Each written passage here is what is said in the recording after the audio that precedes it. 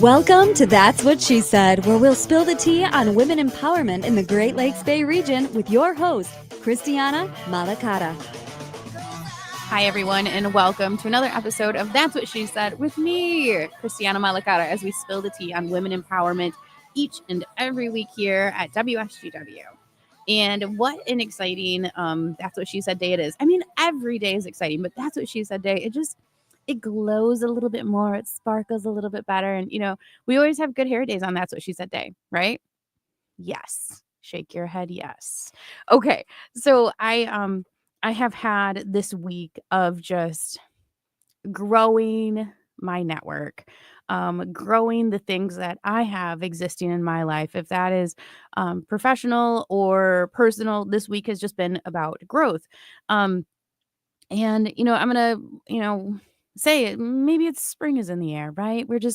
We're in a stage of rebirth. And yes, I tend to listen to podcasts. And I have to say that something came up and I even wrote it down. And the quote was, anything you build does not serve. Oh, let me go back. Anything you build that does not serve is not big enough. Anything that you build that does not serve, it's not big enough. And that really hit home for me because we're in the process of, building new things with That's What She Said. We're in the process of expanding our ideas, expanding our reach, and expanding the conversation. And we are in the process of serving others now. These conversations have been one-on-one, and our listeners and our viewers are on the outside looking in. And now it's really time to, step up and be active and do more and serve others. And that's just an exciting process to go through. So as you move through your week, think about that. Is the organization I'm attached to, is my job, is my home, is my church, is my family, are we big enough now that we can serve others? And you have to look within, right? Obviously, you have to talk to the people in your circle and see if this is the right move for you. But at the same time, look within. And that time might not be now. It might be later. Or maybe this is the push in the conversation where you're like, yeah, I did need to hear that today. I am at that point. Let me get up and do something about it. So be a change maker as you move through your week. Think about that. Is it big enough? And can I serve others now? And let me know. Let me know. Send me an email, message in the comments, all those great things. And keep tuning in. So that way we can keep growing our community and giving back.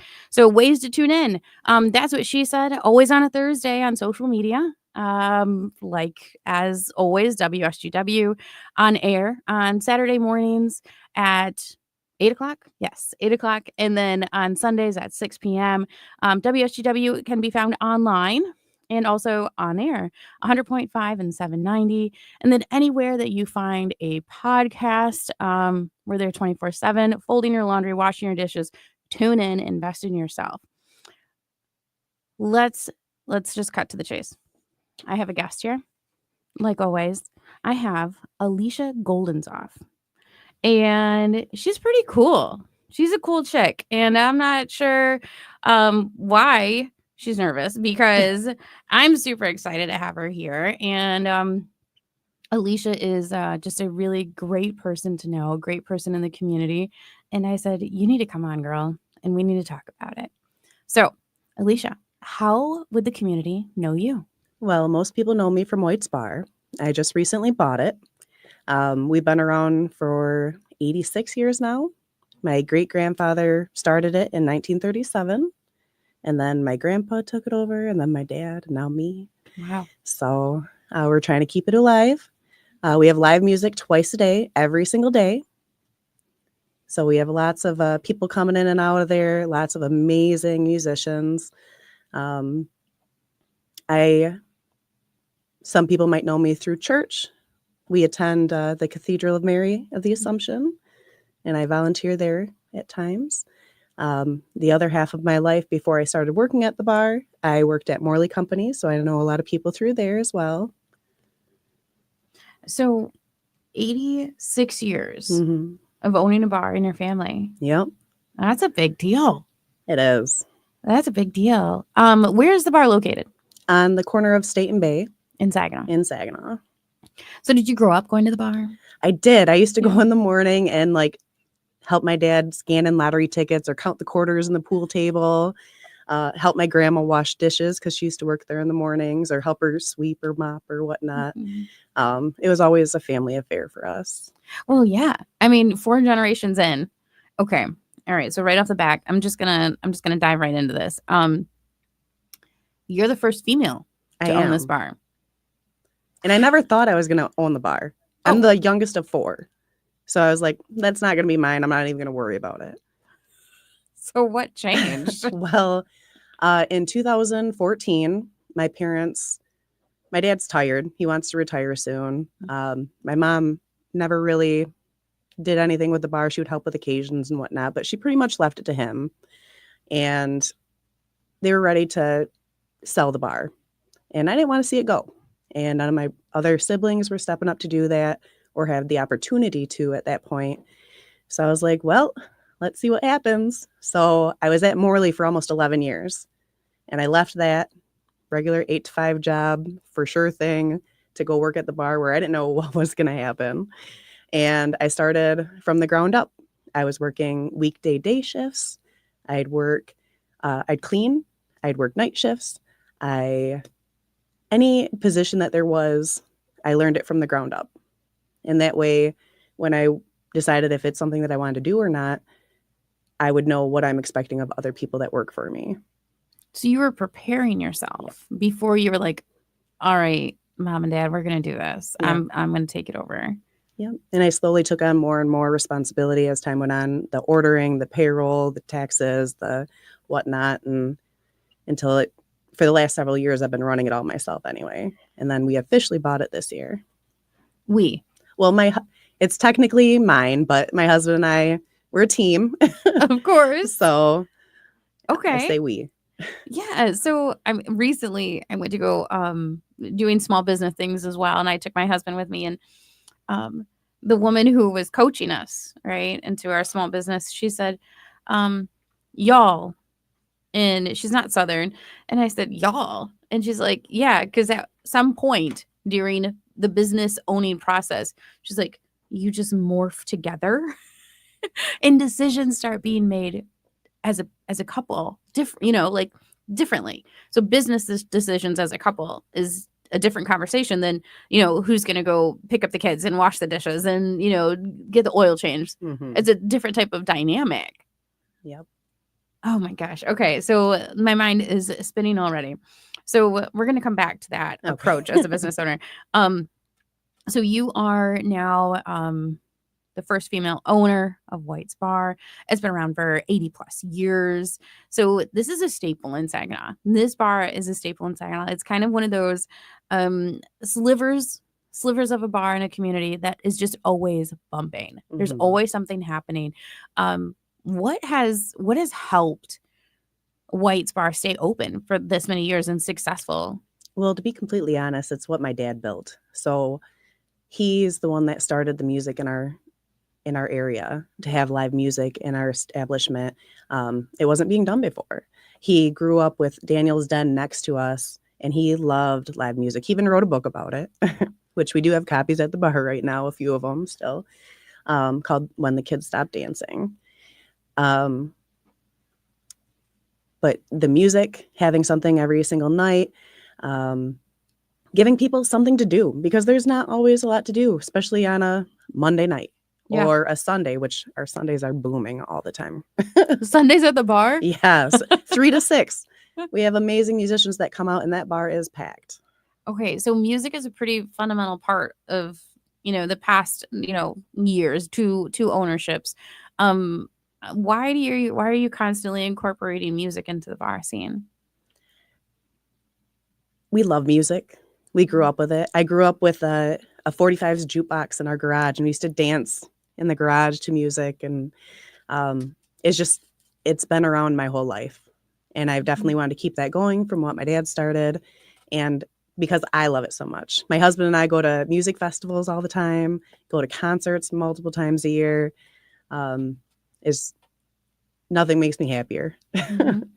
So what is it that you're doing differently as an owner of the bar than, your previous family members? What is it that what are you doing differently? What is it? How Well, are you making it your own? what I've tried to do since I've taken over is build more of a community. We've always kind of had one, but my dad also was a full-time social worker as well, so he couldn't devote all of his time to the bar. So building up that community, the musicians, the customers that come in, they're all family. Supporting other local businesses in our area, other people that might need help in the area. We're throwing a benefit May 3rd for that woman, Jessica, and her kids who had the tree fall on their house and they had to demolish the house. I've never met her in my life, but she's part of our community, and I want to build up our community. And that's part of it, being there for those around us. What would you say for someone who's, thinking, or a listener who's thinking, like, how is this bar going to build our community? Like, why am I connecting bar to community growth? What would you say? Because we're not just a bar. We are, like I said, we're family. I have multiple people who come in that would invite me to their house for Christmas. Or, I actually throw dinners for Christmas and Easter and Thanksgiving for free for all of our customers that come in that might not have family elsewhere. And I'm there if we take people to doctor's appointments, our customers. If they're sick, we'll go and visit them. Like, we are a huge family, and that's what makes us different than just a bar down the road. Mm-hmm. Well, I mean, you're a business owner, right? It's not just a bar owner. You have a business, Right. Just like if there was a hairstylist who owned a business or a coffee shop, right? You're a business owner. So I think that the approach that you're taking is a little more broad and modern, millennial. Is that a good way? I mean, like, because there's a generational. Okay, so here we go. The generational differences over 4 generations. There has to be something there, right? The way that you're running things is not the way as your dad and your grandfather and your great grandfather. And this is really interesting to me. So have you ever heard why your great grandfather opened the bar? If I'm remembering correctly, he was hurt at work and was out with disability for 2 years. And my great grandmother, Odetta, started working at the bar. It was called State and Bay Tavern at the time. They opened in 1932 or 35, I think. Okay. And it got to the point where my grandfather decided they should buy it because the previous owners were ready to get out of it. So they bought the bar. Wow. And changed it to White's Tavern or White's Bar, or whatever it was when it first originated. Oh my gosh. So they just kind of, this might be fun. Yeah. That leap of faith that you just took. Yep. So, okay, I'm going to just say, I think your leap of faith panned out. It's a great bar. You had Oberon and Oberon Day. You won my heart over. So how is this leap of faith working out on your perspective, though? Have you seen any just challenges where you're like, I don't know about this. I don't know about this decision anymore. I might need to turn back. I've definitely had that feeling. Really? COVID, running a bar during COVID. Good point. Yeah. That was very hard, mentally as well, trying to make sure that my staff could survive when we didn't have any work, trying to make sure I could keep the business alive when we couldn't be open. But we made it. Yeah. It all worked out. But this wasn't in the original plan. It was not. This was not the Allysha plan at all. What was? Originally, I was going to school for accounting. And I loved being in the business atmosphere, working at Morley. I love working with numbers. And I just thought I'd be in a business atmosphere the entire time. So I'm still am. It's just a different aspect of it. And I don't have to watch what I say as often. There's a lot more laughing, Yeah. right? Oh, right. yeah. White's Bar is a fun atmosphere. Mm-hmm. And you get to find bands. Yes. Okay. Most of them come to me, though. Really? Oh, yeah. Okay. What is a local band that you are like, oh man, when they play, I need to be here? We have so many of them. Yeah.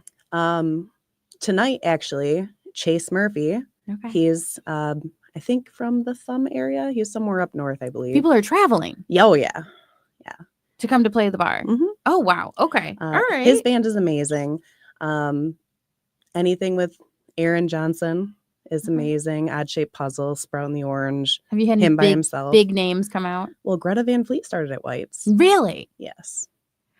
When they were like 13, 14 years old. No way. We had Pete Best, the original drummer to the Beatles. I hope you have pictures. Did Oh, somebody- they're on the wall. Oh, okay.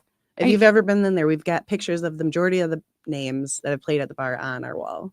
That's awesome. Yeah. So there's documented history. Yeah. So you're part of this legacy, which, we were talking about. And I mean, like I said, I was talking about here in the beginning of just, when you are at that point of success, it's like, how can you give back? Right. And there's been a legacy that's been paved for you. And you definitely did not think, you just said you were going to go into accounting. So making that pivot in life, how did that feel internally?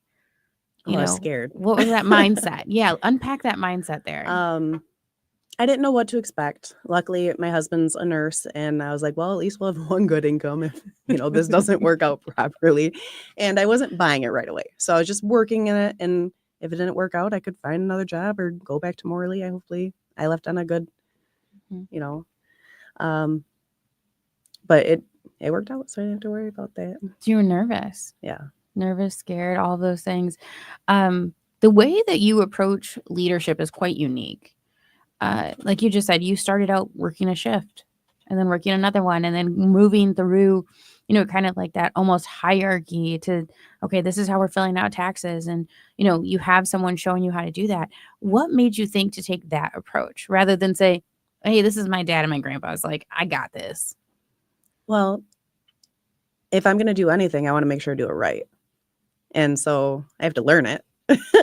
And again, when thinking about taking over the bar and having people that work under me, I can't expect them to do something I'm not willing to do. And I have to know what I expect them to do by learning how to do it. Wow. Yeah. That's leadership at its peak right there. There's not many people that in industries that can say that, right? I mean, think of it as, a president of a corporation. Do they know where the window cleaner is? Right. Probably not. And you're taking this to the scale of, I need to know how to do this so all of us can succeed. Mm-hmm. So the team that you have on board at White's Bar now, can you tell me about that dynamic? Oh, we have such a great group of people. Amber is pretty much my manager. She's there Sundays through Wednesdays, and she is phenomenal. She helps hold everything together for me. There's a time that she left, and I had it all on my own shoulders because, you don't like to relinquish, get help from other people and whatnot. But we talked her into coming back, and everything's been amazing since then. Krista, she was a manager at Arby's for 20 years. I knew her from high school, and she came and worked at the bar, and she's been phenomenal since day one. Hard work ethic, everything. We have Tony B, who helps with our sound, and he's helping training all our sound technicians, and he's bartending, and he plays music as well. So he's, jack of all trades.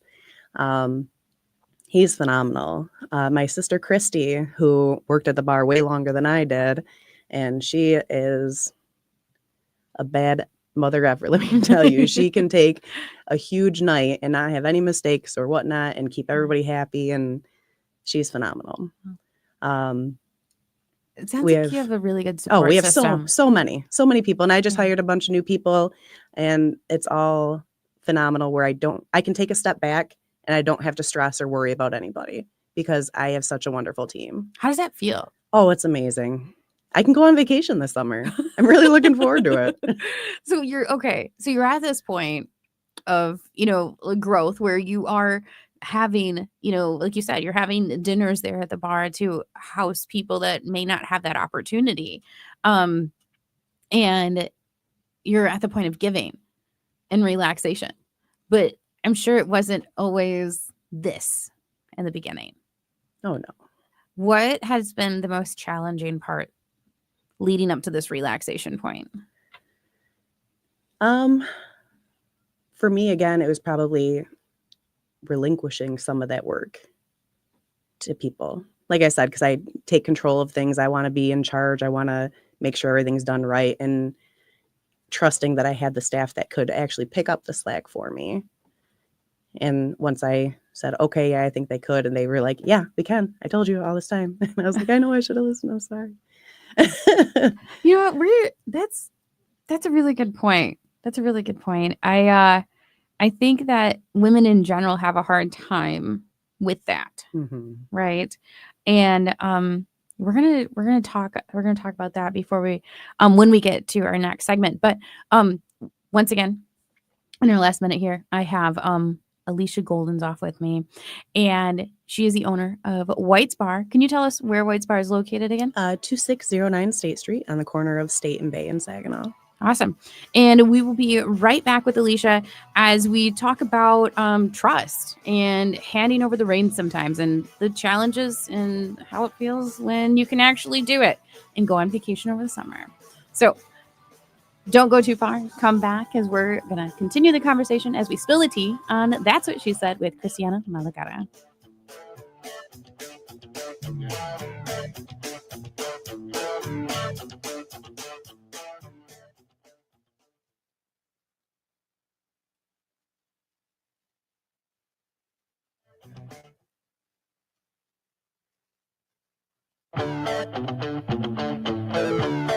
That's What She Said with Christiana Malacara is back.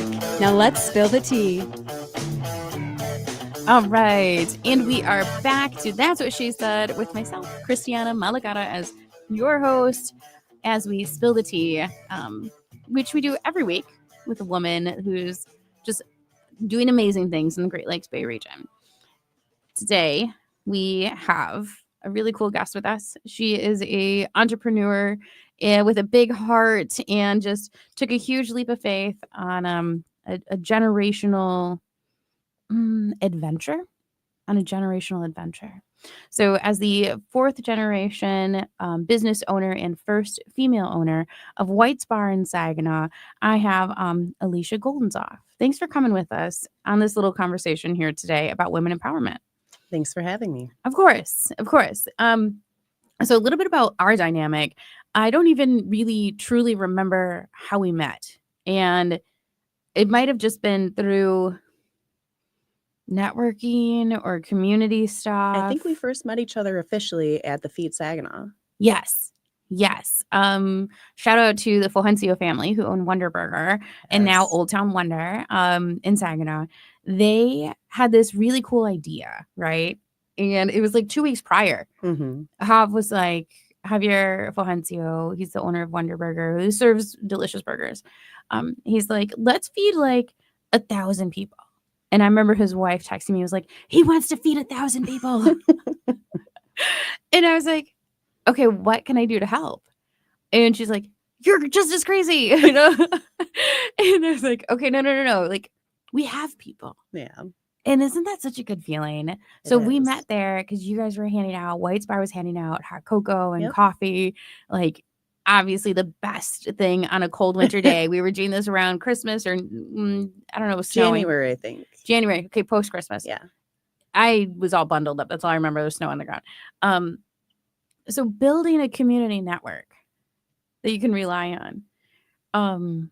Personally, I feel like that is more important than ever before now.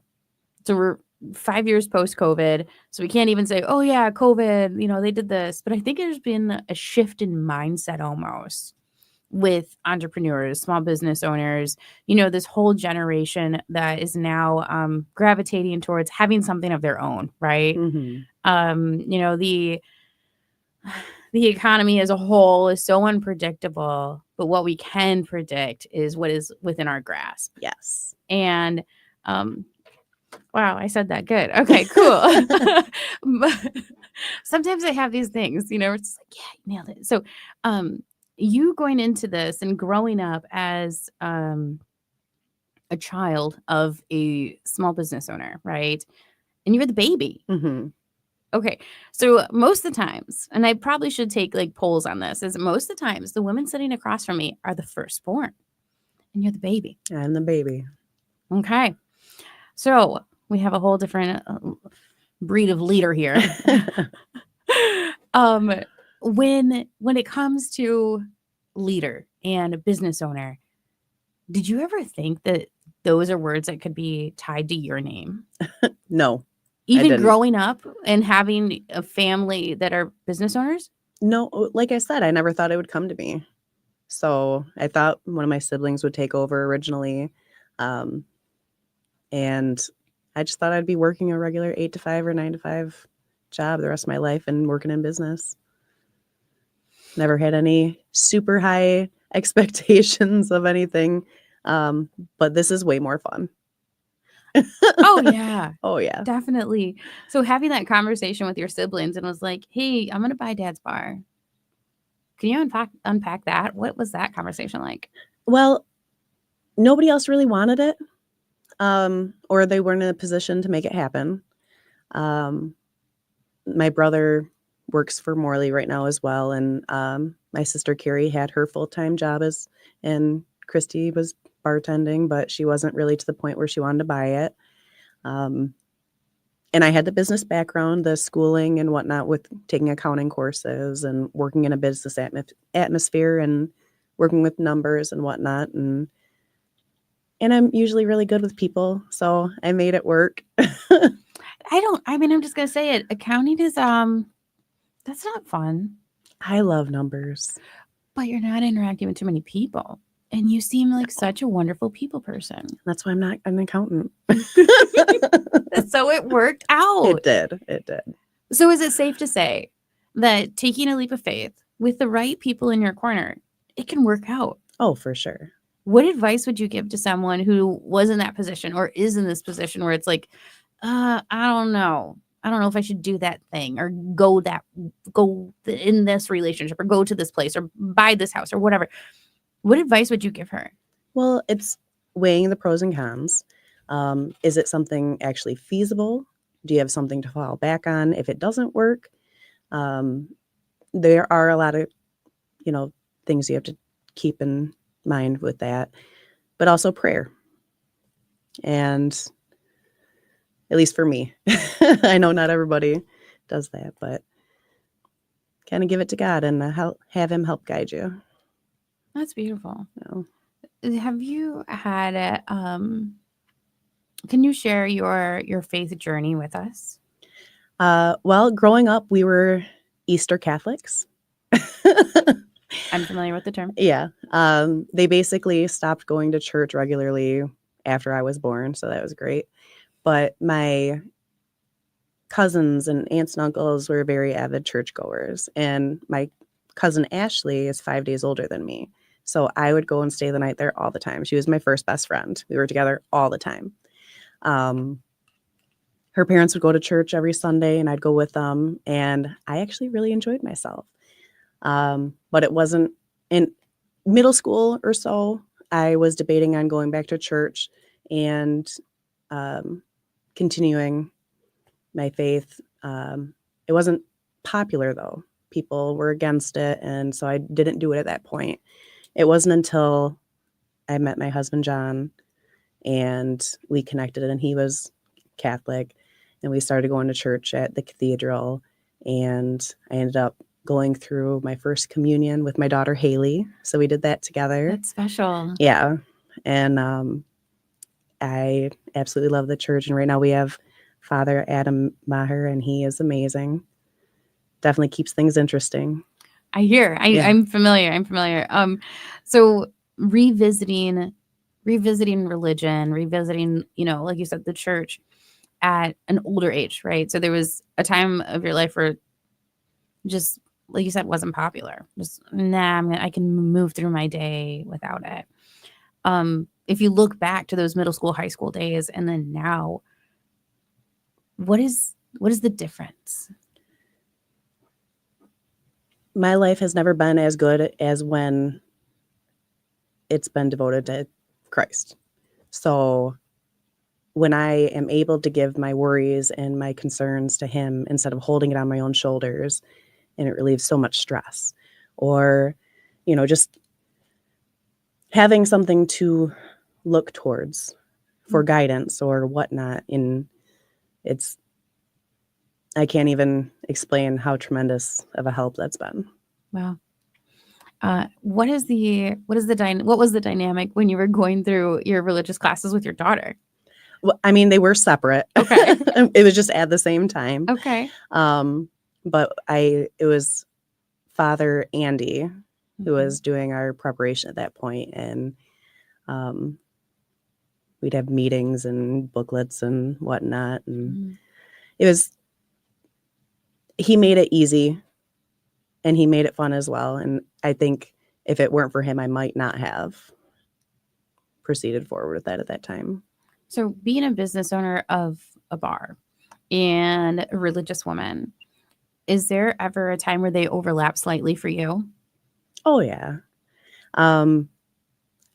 I actually had somebody who was coming in and out of the bar, and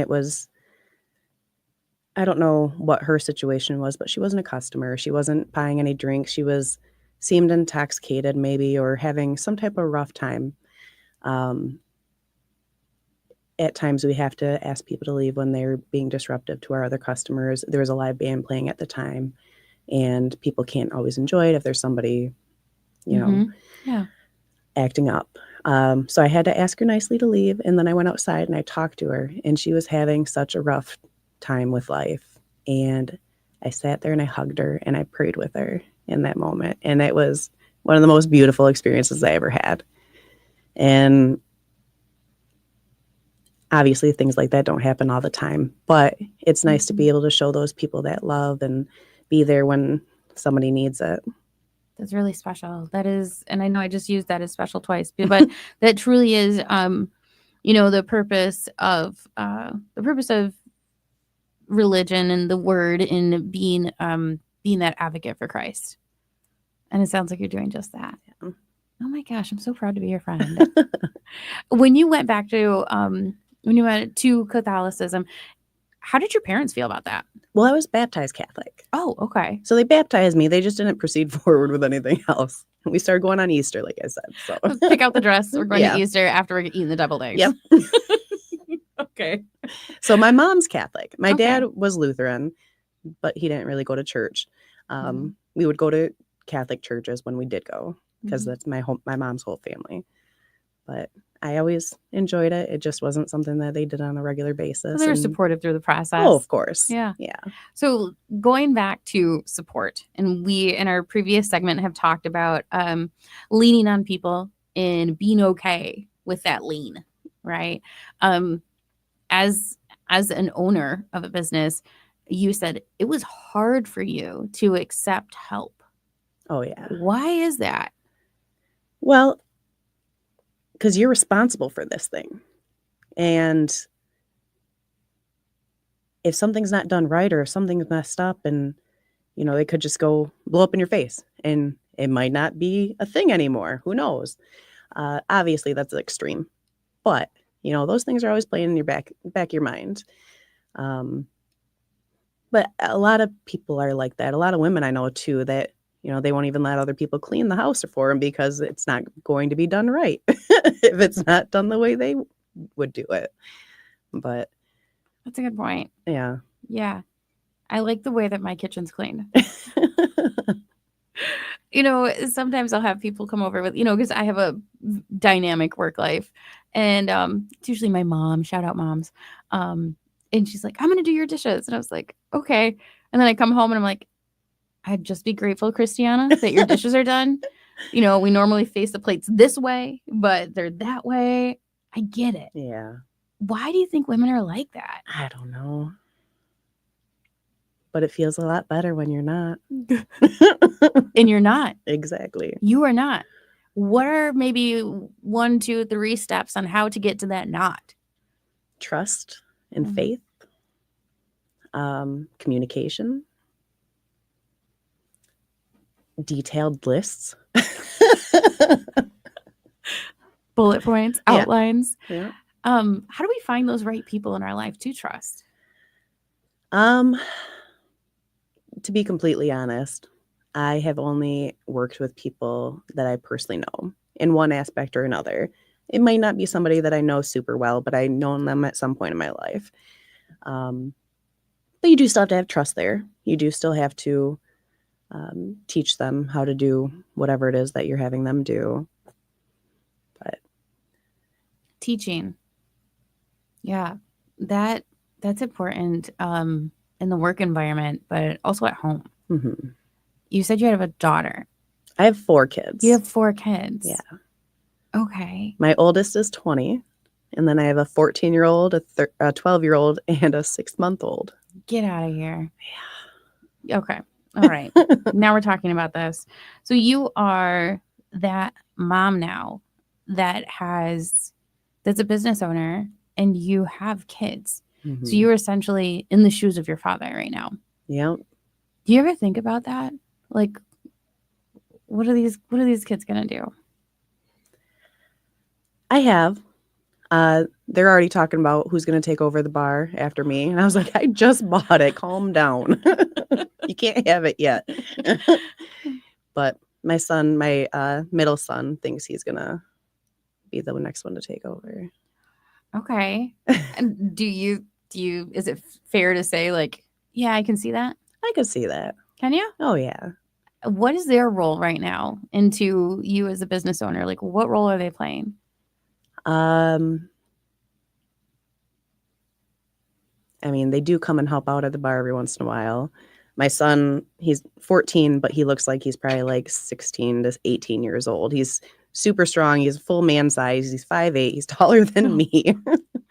And he's super strong. So if I need stuff moved or helped out, he'll come and help me out with things. And my daughter will come and sit there and play on her phone. But she Do you plan on incorporating them more into the business aspect of this in the future? I hope so. My nephew, Gabe, is in a band, Badmouth, and he keeps trying to recruit my son to play guitar with him. And my son doesn't. I mean, he's got a guitar. He took Mhm. lessons from Joe Belbal before, and he just doesn't pick it up very often. So he was over the other night trying to teach him the chords to one of his songs. It was really cute. You're creating so many memories in this place that Yeah. have just, I mean, it's one of those places, guys, where if the walls could talk, there would be an endless amount of stories. Oh, so many.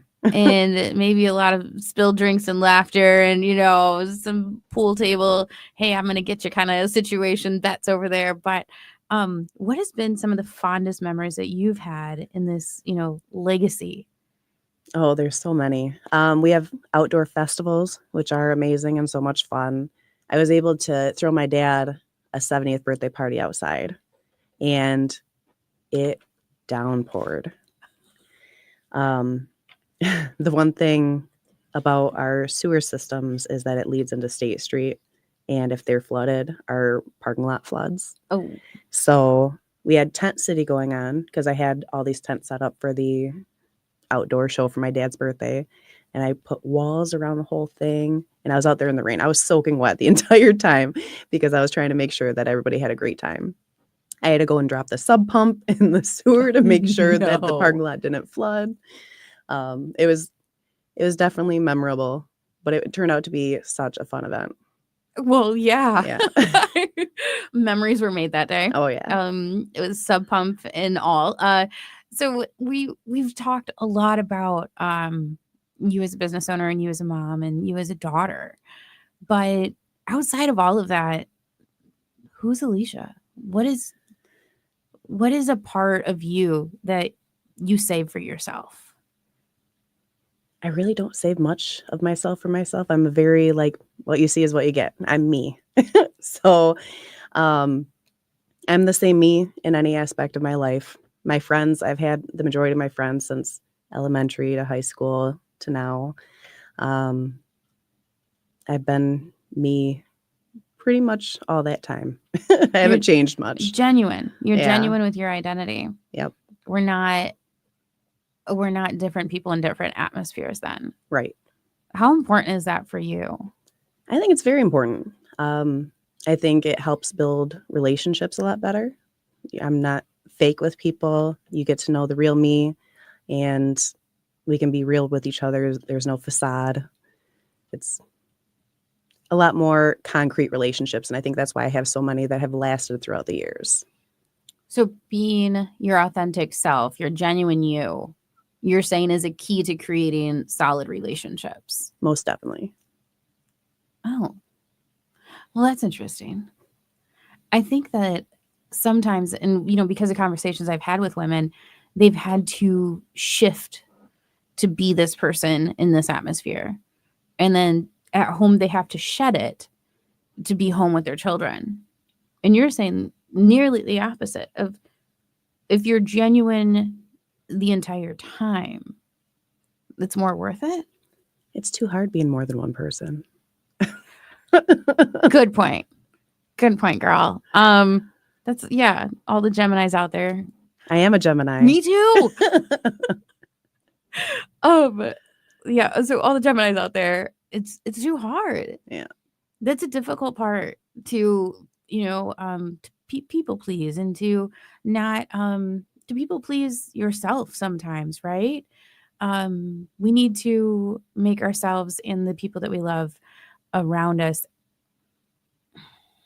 I don't want to say stay around us, but like, it's easier to keep people around you that you love when you're being yourself and you're being your authentic self all the time. Yep.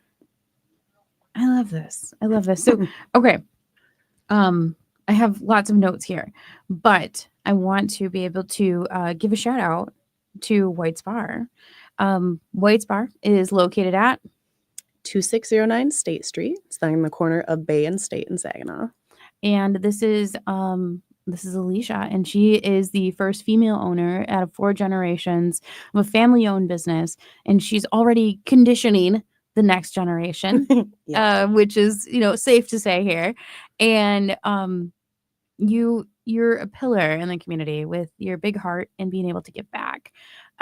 Just how we started out this segment was basically saying, when you've reached that point of success, how can we give more? You haven't really grown until you give more. So in the last minute here, can you share a piece of advice to a woman in the Great Lakes Bay region? Well, the golden rule that I live life by is treat others the way you want to be treated. Greet each person with an open heart, an open mind, and a smile, because they're contagious. And your business will only be as strong as the community you surround it with. So support other local businesses, support other people in your community that might need help, be active, be attentive, and lead with love, compassion, and humility. That's wonderful. That lead with love. I love that part. Thank you so much, Allysha Guldenzoph. And ladies and gentlemen, that's what she said. We'll see you next week.